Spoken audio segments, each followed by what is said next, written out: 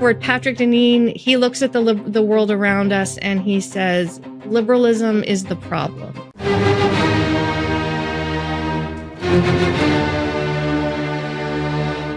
Welcome to Shield of the Republic, a podcast sponsored by the Bulwark and the Miller Center of Public Affairs at the University of Virginia. I'm Eric Edelman, counselor at the Center for Strategic and Budgetary Assessments, and I'm joined by my partner in all things strategery, Eliot Cohen, Professor Emeritus of Strategy at the Johns Hopkins School of Advanced International Studies and a contributing writer to The Atlantic. Eliot, how are you? I'm doing very well. We just went to our local farm stand. We got the first batch of Stamen apples, which are my favorite apples for this season. So that's put me in a good mood. Eric, I was thinking that instead of opening the way we usually do, it would be appropriate for us to mark the passing of Vice President Dick Cheney. I knew him slightly, but you knew him a lot well. You worked for him directly. And there were a number of things that have been said about him since he passed. A lot of them not particularly kind, and I think in many ways not particularly accurate. So perhaps if you would just open up a bit, talking about that, and then maybe we could also talk a bit about the recent elections. Sure. Well, first, I did have the privilege of working for Vice President Cheney twice. First as a Assistant Deputy Undersecretary at the Pentagon for Soviet Affairs when he was Secretary of Defense, the 17th Secretary of Defense.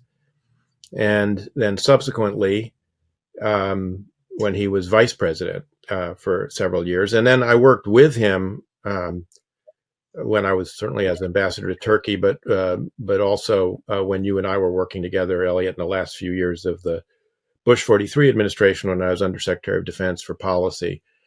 I've actually been struck by the fact that, for the most part, his passing has been greeted with, I would say, nicer comments than I would have anticipated.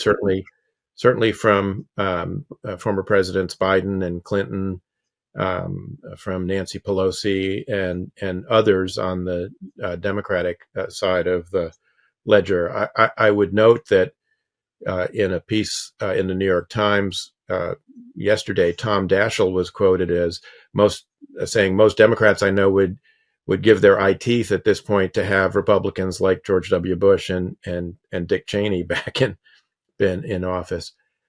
I will just limit myself today to just saying a couple of things. One, just on the personal side, I've worked for many people in Washington.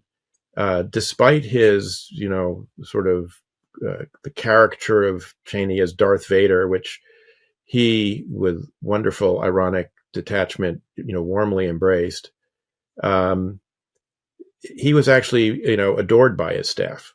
I mean, he was unfailingly courteous, even, at times when you were giving him bad news that he might not have wanted to receive.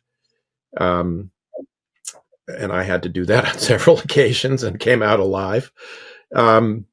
He also had a wonderful, sort of self-deprecating sense of humor. I remember when he was Secretary of Defense traveling with him at one point, and he was talking about his sojourn in graduate school as a political science PhD student at the University of Wisconsin. And he got a very prestigious American Political Science Association fellowship to serve on Capitol Hill, which he did for Wisconsin Congressman Bill Steiger, conservative Republican from Wisconsin. I don't know that he actually had an advisor because I don't think even got that far. He was a ABD. He I think, completed almost all of his coursework, but never wrote his dissertation, unlike Mrs. Cheney, who did complete hers in English literature. But he said that, and I think it was the then chairman of the political science department, Bernard Cohen, who wrote a long standing standard political science work on the press and foreign policy, that when he was arranging this APSA fellowship for Cheney, that he said, this is going to, ruin your career as a political scientist. And Cheney said he was right. It did. So he had another characteristic, which was he was very, very thoughtful and deeply intellectual. Actually, he was a prodigious, as you know, consumer of intelligence, and I think a particularly astute consumer of intelligence. And he believed intelligence, and this is, I think, where a lot of people misunderstand, what he was doing in the run-up to the Gulf War. His view of intelligence was that the relationship between policymakers and intelligence analysts was similar to the one you've described in your book, Supreme Command, about the unequal dialogue between political leaders and military leaders in war. That intelligence needed to be interrogated by political leaders to get behind the assumptions that analysts have, sometimes embedded in their analysis, sometimes explicit, but many times implicit, to try to understand what the raw intelligence said, so that you weren't just sort of at the mercy of some analyst's judgment that maybe was wrong. So I think a lot of his visits out to Langley to talk to analysts was not an effort to pressure people into coming up with anything. I think most of the people who were in the room, if you asked them, I was there for many of those sessions, would not say that he was pressuring them, but they were actually quite flattered that he'd actually read their work and was able to engage them deeply on it. I won't relitigate, the Afghanistan and Iraq wars here. We don't have time. I think in the fullness of time, his role in this will be, I think, better understood. The final point I'll make is, there's been a lot of discussion about how what he did laid the groundwork for Trumpism because of his very expansive view of executive power and the unitary executive, et cetera. And it's true that based on his experiences as a chief of staff in the White House for Gerald Ford at age 34, a period after Watergate where Congress was really kind of very actively engaged in the struggle for power in foreign affairs that Edwin Corwin famously described as part of our constitutional framework, that the executive had given up more power than it should have in this area. But I think what's lost on people is this was a view about institutions and the balance between institutions. And he, as a former member of Congress, also understood Congress's oversight role. I mean, he played an important part of that as the ranking member on the House Select Committee to investigate Iran-Contra. It was not about aggregating personal power. And it was his respect for the Constitution, I think, that led him to recruit you and me into, the effort that he and Liz Cheney made to get a letter of the then 10 living secretaries of defense to inveigh against the potential use of military power to overturn the 2020 election, which I think, at least for some people, has mellowed their view of him a bit or modulated it a bit anyway. But he had, a breadth of experience as a White House chief of staff, member of Congress, House whip, Secretary of Defense, a major energy services company, international services company CEO, and then Vice President of the United States. I doubt we're going to see anybody with that kind of range of experience again in our lifetime. Yeah. I mean, you knew him far better than I did, obviously, but I knew him a little bit. And I think the things that strike me in retrospect is, first, just enormous integrity. And that, that very much explains the very clear open break with Trump after January 6th, that letter. Secondly, a number of times I saw him, I thought, and this very much meshes with what you said about him as a consumer of intelligence, an extremely acute listener in a city where there aren't that many of those. And I think, both you and I, as we've grown older and more experienced, have learned that really being able to listen actively and carefully is an art, and it's not a universal art. And then the last thing I'll just say is loyalty downwards. A lot of people in Washington expect loyalty upwards. The rare ones give loyalty downwards, and I think that was Dick Cheney also. So he will be missed. He was a patriot. He was a statesman, and he deserves to be honored. I agree. Maybe we can move to the elections. I'll just give you my opening comments, which is, of course, it proves that I was right.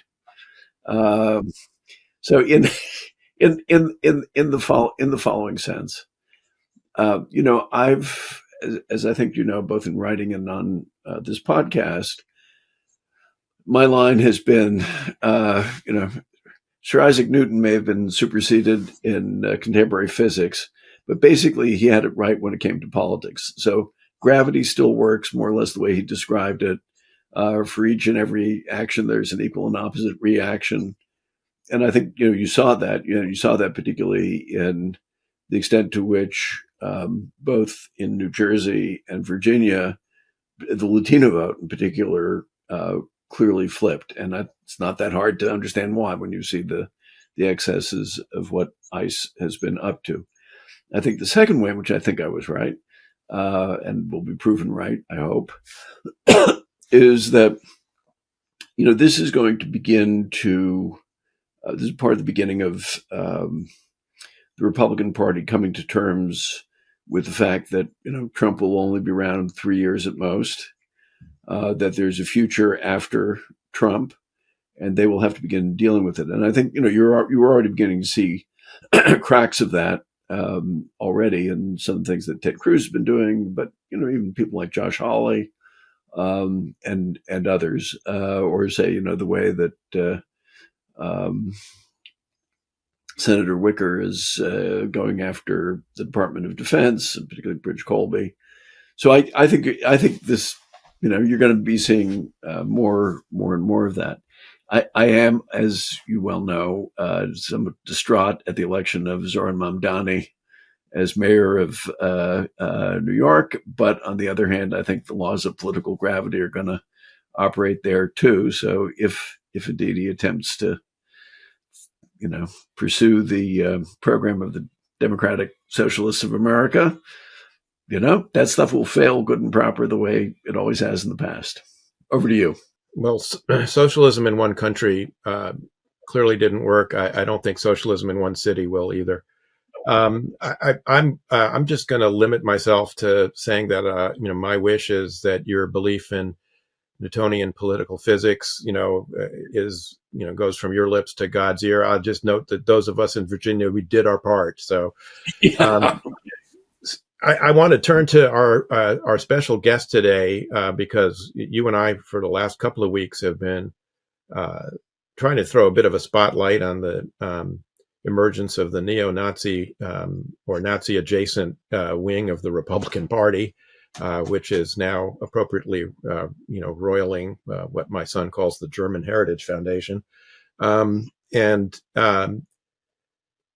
We have a guest today who is the perfect person to help us understand the origins of all this. Laura Field, who is well known to Bulwark readers. She's a contributor to the Bulwark. She's a non-resident fellow in governance at the Brookings Institution and a fellow with the Illiberal Studies program. And more important, the author of recent book, Furious Minds, Making of the MAGA New Right. Now, it may seem sort of oxymoronic to talk about the intellectual ecosystem of Trumpism, but luckily for all of us, Laura has read a lot of these writings so that we don't have to. So Laura, welcome to Shield of the Republic.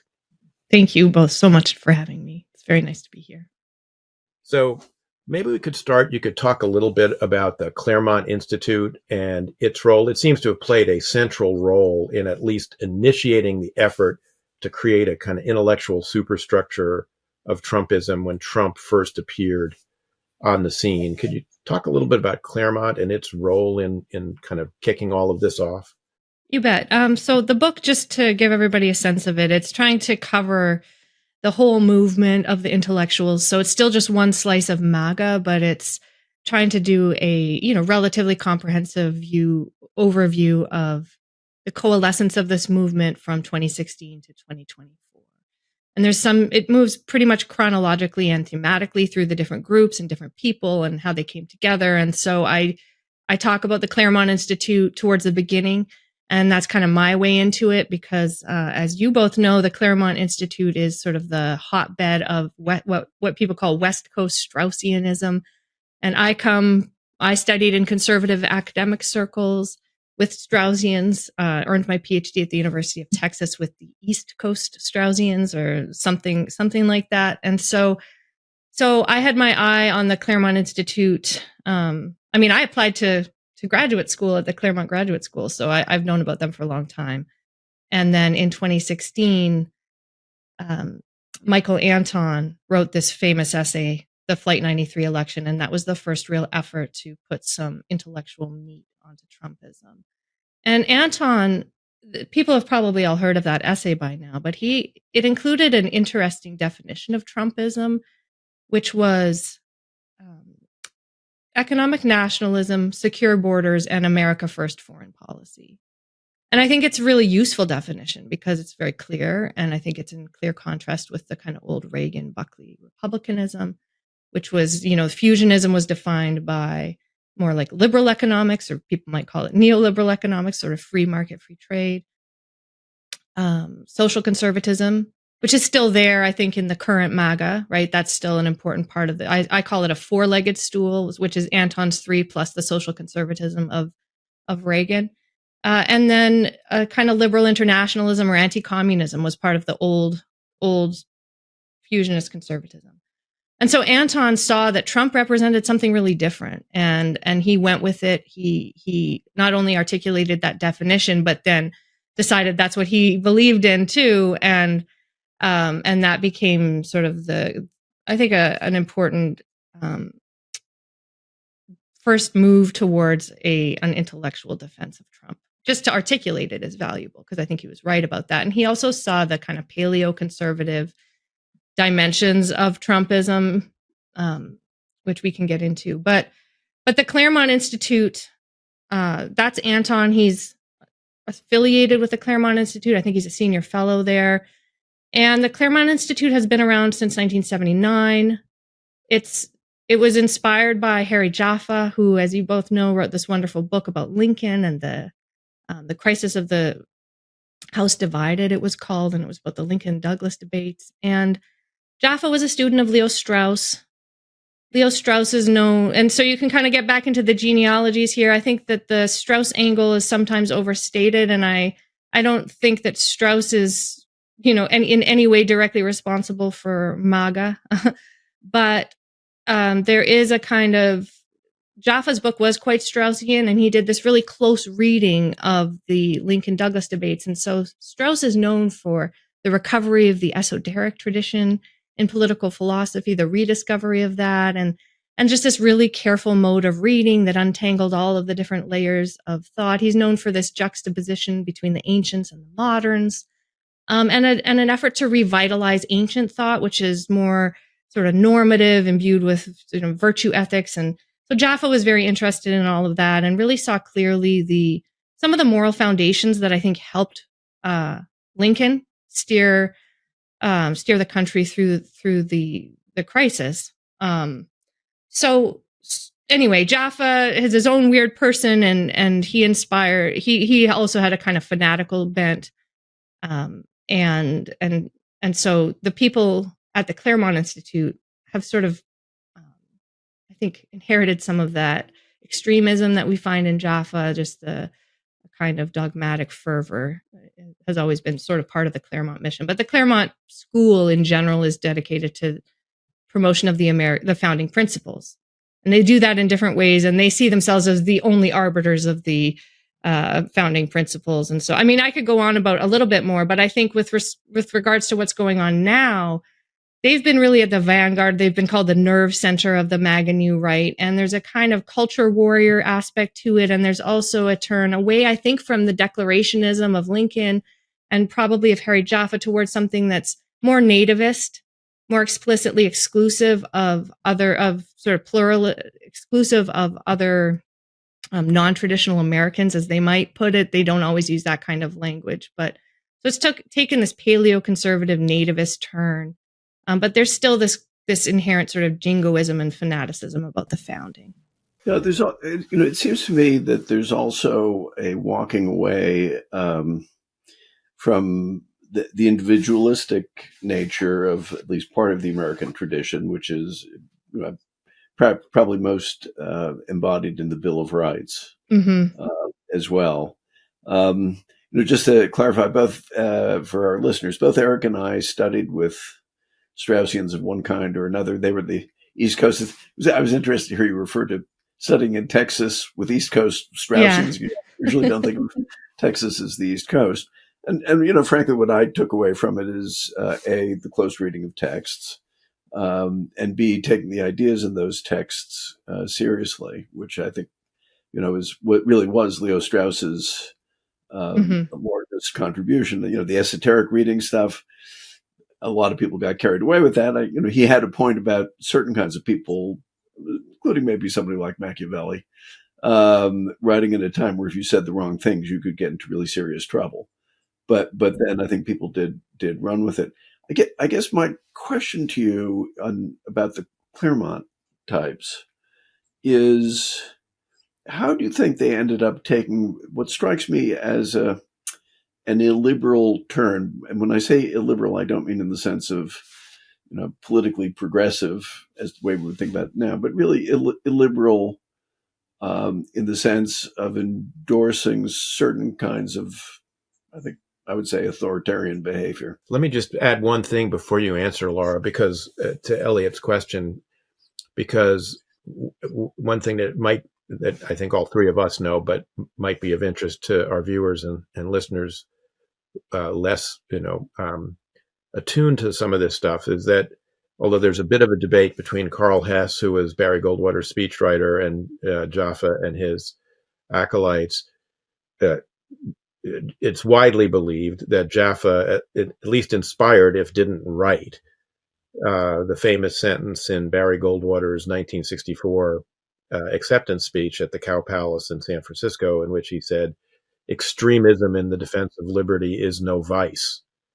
And I think that it's of a piece, I think, that sort of spirit is of a piece, I think, with Eliot's question. And so there. Yeah, absolutely. That's important. So I think one thing that Jaffa thought was that the American Constitution was a sort of perfect synthesis of ancient modern thought. And so that it was served by and facilitated a kind of virtue and moral virtue in the citizenry.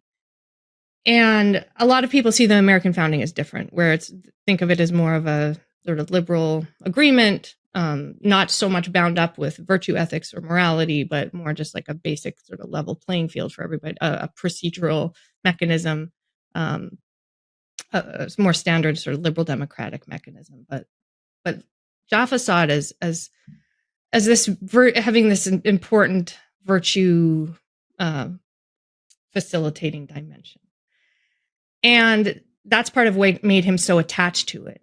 Another important thing to think about is they saw the American, they have all embraced sort of the limited government frame, which that's fine. That is part of the liberal democracy. But the Claremont people were not Jaffa so much but some of the people following him were very much on the foreground of sort of this language of the administrative state and the growth of the administrative state. So they've been very, very critical of the administrative state for several decades now.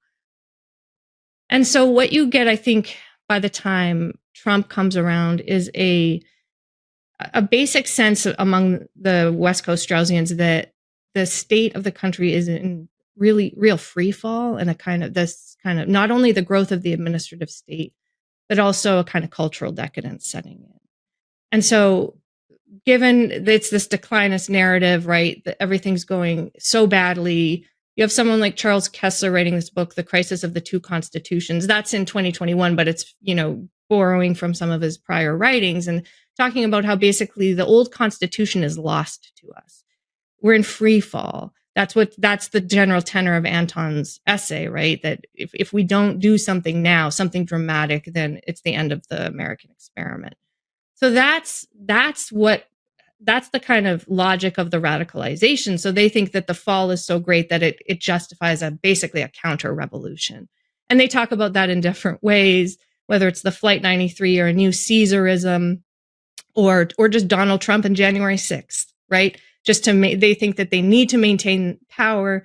Anything's justified. They have this slogan, do you know what time it is, right? And if you're a true and blue Claremonter, then you know that the hour is late and it's time to you can do kind of whatever you need to do to maintain power. It's these exceptional times. We can talk maybe later about Carl Schmidt and how he fits into all of this. So that's how I think it happened psychologically, that the fall from the founding is so great that it justifies any kind of counter. Yeah, I mean, that's by the way, one of the things that strikes me as, if I may say, un-American about it. That is to say, I've always felt that there's a kind of long-term optimism, which I tend to share, about the United States. And I think you see that in Lincoln as well. And it's, part of the American character.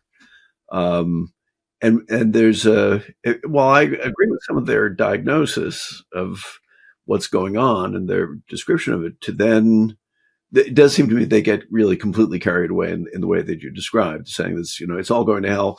And so part of the Flight 93 metaphor is, the plane may still crash, because that's actually what happened, right? But, you have to make this desperate effort in which you do dangerous things. And I have to say, I still don't understand how they got there. I mean, take, the issue of morality and virtue. Okay, there's nothing particularly new about that. Tocqueville says that that's the kind of moral underpinnings of the Republic have helped keep the United States free. And I think Lincoln believed that too. But they take what seems to me to be reasonable ideas and then take them to dark places, which they don't have to do. I don't know if you shared that view, Eric.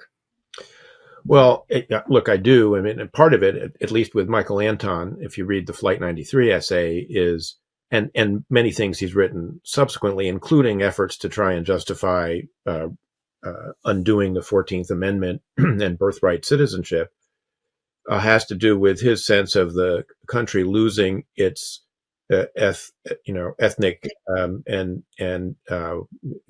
not to put too fine a point on it, white character.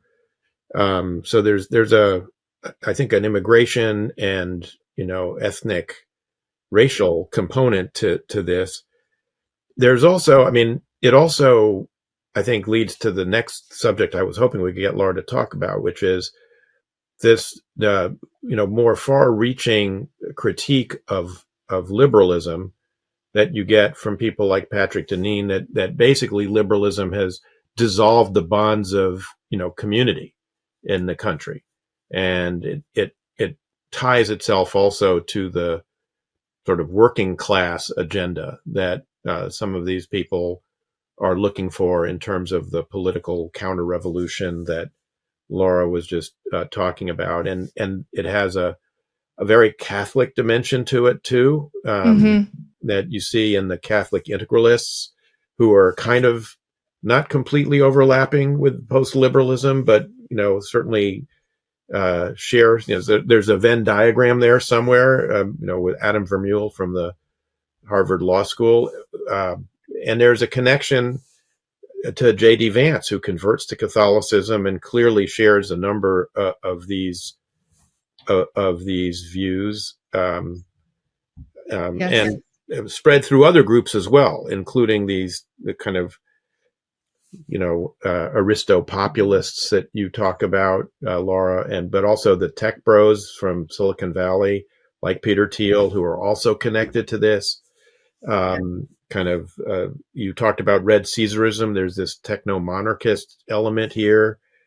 And could you talk about how all of that kind of fits into this? Sure. So I think it's good to think about the whole movement as like a networked clusters, right, of different groups. There's some overlap. There are divergences. There are tensions and contradictions between the different groups, but they seem to be able to all get along when it comes to Donald Trump and J.D. Vance. And so Vance has his thumbs in all the different pots, or like he's all through the movement. He's spoken at several Claremont Institute big events, and and has been honored by the Claremont Institute. But as you say, he's closest to, and he's definitely friends with Thiel. Thiel helped pay for his Senate campaign and beyond. And Thiel's also in some of these Claremont Straussian circles and has been for decades, right? So there's all this overlap. For the post-liberals, which the post-liberals are the group that J.D. Vance is closest with. He's been mentored, I think, by Patrick Deneen. Patrick Deneen is a professor at the University of Notre Dame. And, for example, Vance spoke at his book launch in 2023, I think, or 2022 for this latest book, Regime Change. So as you said, the post-liberals tend to be Catholics. They are, I think, genuinely concerned with Catholic social teaching. Of all of the new right, they are the most sincerely concerned about issues of the working class and have an openness to leftist economics, even, social programs, socialist programs and policies, labor. And they're sort of above the fray. They're the elite of the new right, as I see it. And that gives them a kind of freedom from the donor class, I would say. They've been a few of them have been a little more vocal about standing up to some of, to Elon Musk. In some, Sohrab Ahmari really is the one I'm thinking of, who more than Patrick Deneen or Adrian Vermeule or Gladden Papin, who are some of the other people in the post-liberal camp, has really stood up to the hard right and to some of the Elon Musk Doge tech side of things. So, but generally speaking, whereas the Claremont Institute people are sort of rah-rah about the American founding in complex ways that I think have turned into a kind of nativism, as you noted. The post-liberals, so the Claremont people think that we've been in a situation of decay from that founding. The post-liberals tend to think that no, the American founding, as Patrick Deneen will say, the liberal founding, the liberalism itself was the problem, right? And so for Patrick Deneen, he looks at the world around us and he says, liberalism is the problem. He wrote a book in 2018 called Why Liberalism Failed. And it took off because I think he was able to identify one single cause that was the cause of all our dysfunction, and even explained Trump as the sort of strong man that grew up out of that. His critique is that liberal democracy, starting in the early modernity with John Locke and the founding fathers and all of that, is based on an atomistic individualism and a kind of conquest of nature and this empowerment of the individual person above all else to make their way and choose their way through life, and this sort of unbound freedom, and that necessarily destroys the social fabric, acts as a solvent on all our communities, all our associations, and leaves a real vacuum of authority that then gets filled by the state or by the strong man who then comes in. And so it's a very sort of moral argument as well, right? This is about moral decadence, about a failure to cultivate virtue. So there's a similarity there to the Claremont school. But the post-liberals sort of all share that analysis of liberalism itself being the problem and sort of necessarily caving in on itself because of especially the emphasis on the individual. So that's Deneen's critique. And there's a pretty powerful cluster of thinkers working with him. Adrian Vermeule is writing about this from a legal perspective. And sort of, if you think about Claremont wanting to destroy the administrative state, return to small government, shrink things down, which I don't think they're entirely consistent about, by the way. But the post-liberals think of it differently. And Adrian Vermeule in particular has talked about basically taking the reins of government and using it towards conservative traditionalist ends. And I could talk about how he justifies that. He's written a book called Common Good Constitutionalism, again, as opposed to liberalism, which emphasizes the individual. His way of understanding things is to seek the common good. He offers this contrast, and never the two twain shall meet. Basically, it's one or the other. and so his jurisprudence is a sort of critique of originalism and of liberal progressive constitutionalism. And he basically wants to charge the Supreme Court, allow them or any court to adjudicate based on their conception of what would be best, and preferably according to his definition of what the common good is. So it's quite radical. Sounds like legislating from the bench to me. I mean, which was not the conservatism I grew up under. Well, I was going to say, the thing that strikes me is, I've always bristled a little bit in recent years about the way the word conservative is used to describe a lot of these people. They strike me as anything but conservative, which means, the common sense meaning is preserving the good things that you have and being careful about how you manage change.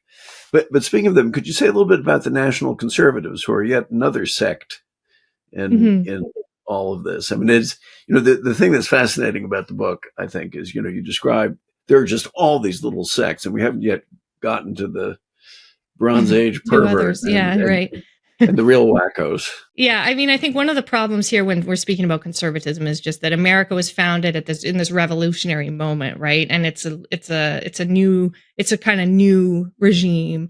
And so someone like Adrian Vermeule is trying to pretend that was also a common good seeking regime and something sort of far more traditional in a sort of traditional conservative, I think, kind of reactionary mode. So it does get very messy. In some ways, the book's not especially theoretical, because I was trying to just say, we're just got to take it as it comes, with this language and not get too fussy. But I agree, there's a real problem there. The national conservatives are the organizing sort of umbrella group of activists. It's a pretty big tent. They are led by a man named Yoram Hazony, and they started organizing these conferences in 2019, the NatCon conferences. And Yoram is a Israeli American, and it's kind of been the growth also of Nationalism International. So but his outlook is that healthy politics requires a pretty monolithic nation state, but a world of different nation states, a diversity of nation states is the best system. And so he's against any kind of liberal internationalism, soft power. Doesn't seem, there's kind of an effort to prop up nationalism, sometimes with a bit of he's not an ethnic nationalist, certainly not explicitly, but it sort of can occasionally veer into that. And he's certainly opposed to the pluralism of American history and reality. And so there's a kind of homogenizing angle there with the NatCons. And so that's the big umbrella group. A lot of people, especially in the early, actually, Patrick Deneen went back to that conference recently. So I was going to say originally it was everybody would come to these conferences from all the different camps. And then for a while there was a bit of a schism with the post-liberals. And I think maybe now they're back in it together. So they've been the organizers. The final group that I identify is the hard right. And here I bundle up a bunch of different things, and that's where I bring in some of the tech bros, though Thiel's, I guess, more in my NatCon category. But the tech bro stuff sort of surprised me. So just the extent of the Doge thing and Musk. So Thiel's in the book, and Curtis Yarvin is. I put Curtis Yarvin and some of these other characters in the hard right together, but they come from a sort of a real mishmash of backgrounds, and they use more dehumanizing rhetoric. Some of them are open fascists, and there's a lot of misogyny in that group. So I kind of just put them all in a couple chapters to make sure it's in there, because part of what's been going on with what I call the MAGA New Right as a whole is the breakdown of the boundaries between the far right and the mainstream, right? It's been quite intentional. It's been theorized, and we see that now at the Heritage Foundation, some of that boiling up and becoming a problem for them. And not just with the Heritage Foundation, but you see it with the Telegram channel messages among the young Republicans. They were young Republicans, and many of them,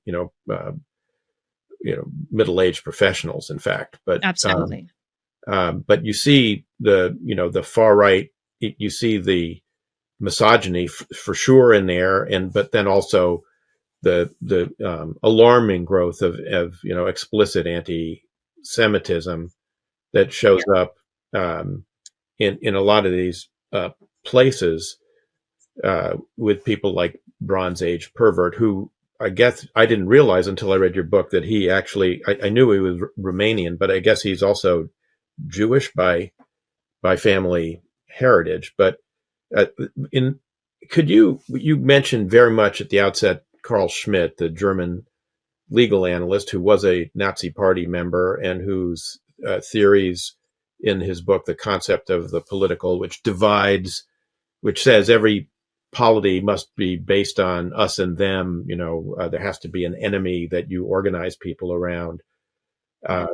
He seems to be as I read your book, and correct me if I'm wrong, but he seemed to be the kind of red thread through all of this that tied all of this together. He was the one, as you and Eliot both have said, there are these differences, contradictions, etc. But kind of a Schmittian, sense of us and them seems to run through all of this. Am I wrong about that? No, I don't think you're wrong. And I think that some of the people I write about are explicitly sort of pro-Schmitt. And so you have someone like Adrian Vermeule. That's where I get into Schmitt the most in the chapter on Vermeule, because like Schmitt, Vermeule is a legal scholar. I think there's sort of similarities in their mode of thinking. They're both very lucid, right? If you read Carl Schmitt, it can be very compelling because his formulations are very, just very gripping and clear. And I think Vermeule has some of that,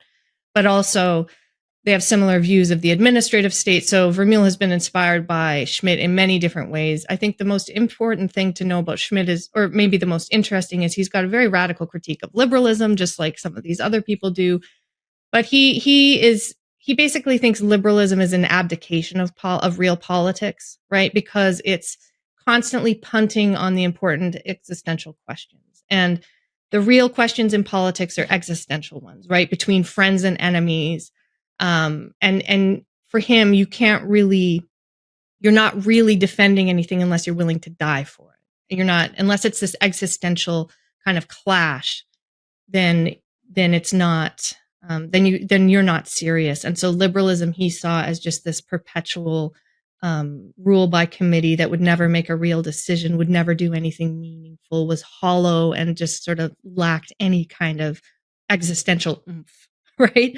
And I think I read Schmitt. Schmitt's always going through these waves of interest in academia. I read Schmitt and thought, wow, this is really, like, there's something gripping about it. You can see how it can be very persuasive. And so all through the New Right, you do see, whether they're knowingly alluding to Schmitt or not, there's the friends, enemies. There's this stuff about, Flight 93 is like a state of exception. Schmitt's also known for saying the ruler is the sovereign is the one who decides the state of exception. So he's the one who's the true decision maker. There's this kind of decisionism in Schmitt. And so those, I think there's definitely an existential, so much of the New Right has this Schmittian flavor and tenor, whether or not they're thinking about Schmitt directly. And I think many of them are thinking of Schmitt, because we haven't quite gotten to this yet, but one of the things fueling the MAGA New Right, and again, I mean the intellectual sort of upper echelons, or the going down into the manosphere, but partly just the kind of the staffers in DC and the overall energy of the movement. Part of that is I think sort of the modern crisis of meaning, right? That everybody knows about. We've all experienced this in our lives a little bit, and liberalism has these kind of problems built in. There are the ones maybe Deneen identifies, but there are other vulnerabilities as well. And I think that liberalism's refusal to provide answers to people about how to live is one thing that these writers come in and say, oh, we've got some answers for you. And Carl Schmitt was like that. He wanted there to be some answers. He wanted people to make a decision. about what mattered, and then to have a politics that expressed that. Yeah, I guess I very much I see what you say about Schmidt, and I agree. Obviously, he has a considerable purchase. I can't help escape the feeling that he was a much more serious intellectual figure than these people are, which made him more dangerous, particularly because he was linked to a politician and a political movement, which was infinitely more dangerous. Whereas, Eric will probably tell me I'm not taking it seriously enough, as I do find it hard to take these people seriously. And I understand that they have certain influence in various indirect ways. I guess I'm also struck by the ways in which they kind of smack into each other in a variety of ways. I have to say, I've been very interested in watching, like right now, the meltdown that you're having at Heritage over the Tucker Carlson interview with Nick Fuentes, which basically you have Tucker Carlson, who's been doing this now for a while, encouraging a certain kind of anti-Semitism or playing along with it. And that doesn't sit so well with, a whole bunch of the other people in this movement. But I think there are other splits that are here, which make them less than a coherent movement. I mean, they have various degrees of influence, to be sure, and they have kind of seeped into the minds of quite a few young people. But I wonder how, at the end of writing this book and thinking about them, just how powerful do you think they really are, and how dangerous do you think they really are? Well, I think it's important to keep in mind. I mean, with someone like Carl Schmitt, historically, he was important for a while.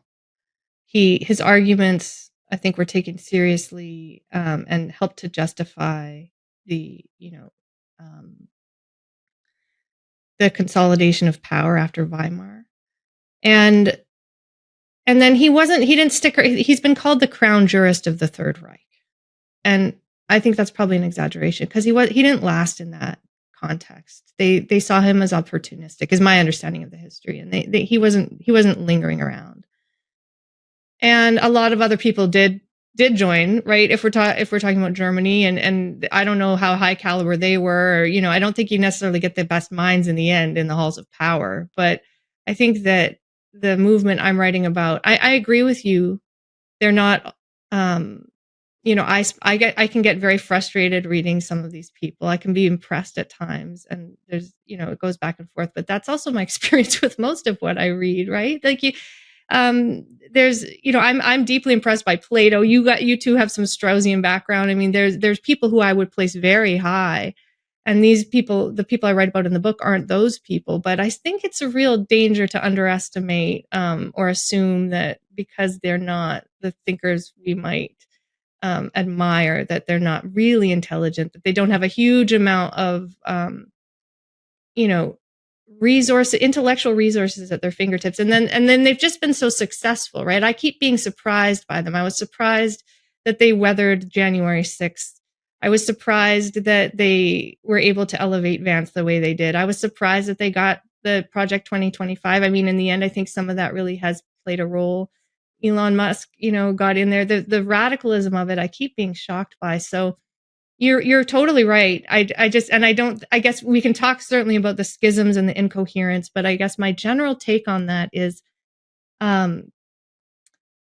it doesn't have to be coherent. They can pick and once they're in power, they can pick and choose the different parts of this that they want to use.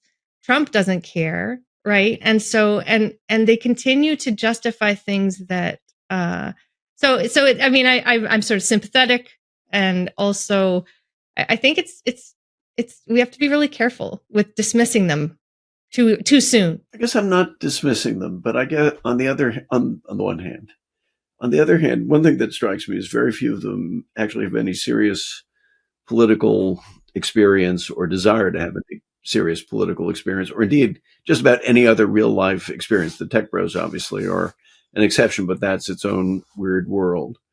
And so they end up advocating and doing things which blow right back in their faces. And I think for me, the key example, which we talked about earlier, is, this extensive use of ICE to track down all kinds of people who are not documented and arrest them, and including sweeping up occasionally American citizens in ways that are engendering a profound backlash that already has begun to bite them. Or, these tolerating these movements, which are like clearly anti-Semitic, which really is going to rub a lot of people the wrong way. There'll be some people who like it, but there'll be plenty of other people who don't. And I could go on. I mean, like the Catholic integralists. Well, so they are extremely conservative Catholics. That makes them already a minority within the Catholic Church, and definitely within the American Catholic Church. And this isn't a Catholic country. Yeah, no, I mean, I think I completely agree with that. I just think that I think that people have been caught off guard a little bit by the radicalism of this administration, and I am too. And I think that this helps to explain it, right? This movement accounts, right, the rise of these intellectuals, these quite radical fringe people into the movement, and basically the capture of the GOP by these people and by these institutions like the Heritage Foundation. I think that gives us a bit of an explanation. And I think you're totally right that it is far afield from what people have signed up for in the main. And I think it's far afield from what, even mainstream Republican voters today like. And so part of the point of the book is to say, look at this. This is not in keeping with the best of America's traditions. This is, a lot of it's really radical and scary, and should be taken seriously, because people can do things to make people get in line, and we'll see how far they try to take it. The one group you talk about that I think we haven't touched on, and we are running out of time, so I won't go into any detail about it, but is the Christian nationalists, not so much the Catholic integralists, but the Protestant Christian nationalists, who quite explicitly, as you and Jerome Kopolsky and others have documented, we had Paul Miller on talking about his book on Christian nationalism, and Rushdoony and some of these other precursors of it, clearly actually want to impose a theocracy in the United States. I mean, it's kind of the Handmaid's Tale, as a political program, and it is a little jarring when you read it, because it seems so at variance to Eliot's earlier point. It's un-American. It's at variance with the American tradition. And they can try and make an argument that separation of church and state wasn't integral to the founding of this country, but they're pushing a rock up a hill from a historical point of view on that. But I guess to me, I mean, I find it incredibly ironic that a movement which has in part ridden to power critiquing, both conservative and liberal internationalism for pursuing wars of regime change abroad, who very explicitly have as their domestic political program regime change at home. Yeah, I think that's again one of these massive contradictions that is it's strange bedfellows in some respects. I think I have a chapter on the Christian nationalists in the conclusion, and I try to draw together some of the different ways in which Christianity plays into it, and there's so much going on in the country, and a lot of people have told the story about how the evangelical world, especially the New Apostolic Reformation, right, and the independent charismatic movements, how there's this whole vector of support for Trump that's quite far afield from the people I'm writing about, and very radical ideas about Trump being sort of this new Cyrus brought to unify people, and just very radical. But I think it kind of works in tandem, even if they're not in agreement with the people, the Claremonters or whatever. They can work in tandem to keep Trump in power. And again, they will argue that it's not regime change, because they'll use these arguments about the Christian founding to argue something else. I mean, I agree with you. Of course, it's a regime change, and even if the founding had more Christian elements than ordinary liberals like to think, there's still, over the course of several hundred years, also been a transformation in the regime. And there's very little capacity on the new right to contend with that kind of historical change. I think one of the things to point out is it's a society which is increasingly secular. Yeah. And by just about any by any measure. So as Eric was saying, they're pushing a rock uphill. It also seems to me there are two other dimensions to this. One is there's always been a lot of this kind of thing in the United States from the get-go. And I think to some extent we were lulled into a false sense of security by the success of people like Bill Buckley and suppressing the Birchers and people like that. And also Eisenhower, by the way, in the Republican Party, taking it in a different direction. Reagan, you had a number of Republican leaders who were able to contain that. I think, Eric, you always like to quote George W. Bush saying that part of his job was to contain the crazies in the Republican Party. But I guess there's another side. Maybe I may be contradicting myself here. I don't know. To some extent, they are reacting to some real things. That is to say, some of the things, and I suspect I take a darker view of what's happened to American academia than you may. They are reacting to something real that they're seeing and feeling, and I think there is something to the idea that you've had an expansion of the authority of a state which isn't really under real political control. The reactions to it are completely disproportionate and in some cases kooky, but it's not as if this is coming out of nowhere. It is a reaction to something. And I suppose, again, maybe I'm just trying to explain to myself my own, not complacency, but belief that this will eventually sort itself out. I just think we're a country that kind of goes through these sort of slam bang alternations and ructions, and that take us in all kinds of different directions. This is not a place marked by political continuity on the whole, and so maybe I'm more sanguine than I should be. I know, Eric, but we think of ourselves as gloom and doom. I'm just gloom. Eric is doom. I'm doom. So Well, Laura, we're going to give you the last word. We're running out of time here, but having jumped into the pool at the deep end of this kind of intellectual ecosystem that has been created.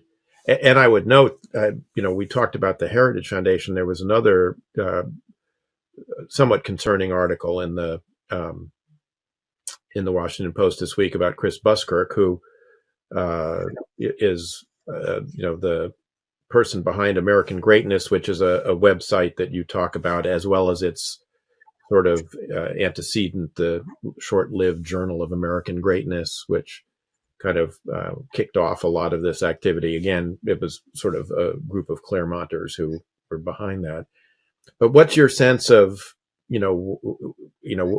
what are lowercase liberals like the three of us, meant to do? What can we do to try and make sure that the, happy ending that Eliot believes is going to, arrive actually, comes to pass? Don't make me give. No, I'm joking. I'll just want to say I'm pretty hopeful too, just constitutionally. So I can't untangle my own sort of personality from my hopefulness. But I do think that, America's got a kind of resilience. I think the American people don't want to become ruled by Catholic integralists. And I think a lot of the stuff from the Claremont Institute and the NatCons and the stuff we see in these chats and all of this are way beyond the pale, and Americans are going to respond. And I'm so glad. I mean, like you said, the Latino vote seems to have shown us some of this. So I think I'm very hopeful too. And I will say, I do think it's a response to real problems. And one exciting thing about the time we're in is that it kind of shows us, even the new right kind of shows us that things are up for grabs. And I'm probably not as conservative as either of you, so I'm a little more comfortable maybe with some radical redirection, not necessarily, I don't really have an answer for where we need to go, but I think some reimagining, some ambition, some new projects, and getting new people to run is really exciting. And if it has to be the case, if it has happened such that the new right has shown us the way with some of this, and I'm not saying we fight fire with fire or anything, but just to have a certain kind of ambition, I think that's exciting. And I mean, for ordinary people, I think that the election hopefully was really, really energizing, and people can see that they can make a difference, and to get out there and participate. And my hope is just that my book shows and illuminates some of the scariest stuff. But I don't think I think that that's partly a message of hope, to say this isn't what America needs to be. These people are not representing you. See, Eric, I told you so. Well, you closed your book, Laura, with some recommendations for civic education, and I think all three of us agree on the importance of civic education, and in some degree paying a little bit of a price today for the lack of it. And Furious Mind certainly is I think a helpful guide to kind of what lowercase, small l liberals are up against. And so thank you very much for writing it, and thank you very much for what you continue to do on the Bulwark. I'll be looking forward to seeing you in its pages, and thanks for being with us on Shield of the Republic. Thank you both very much.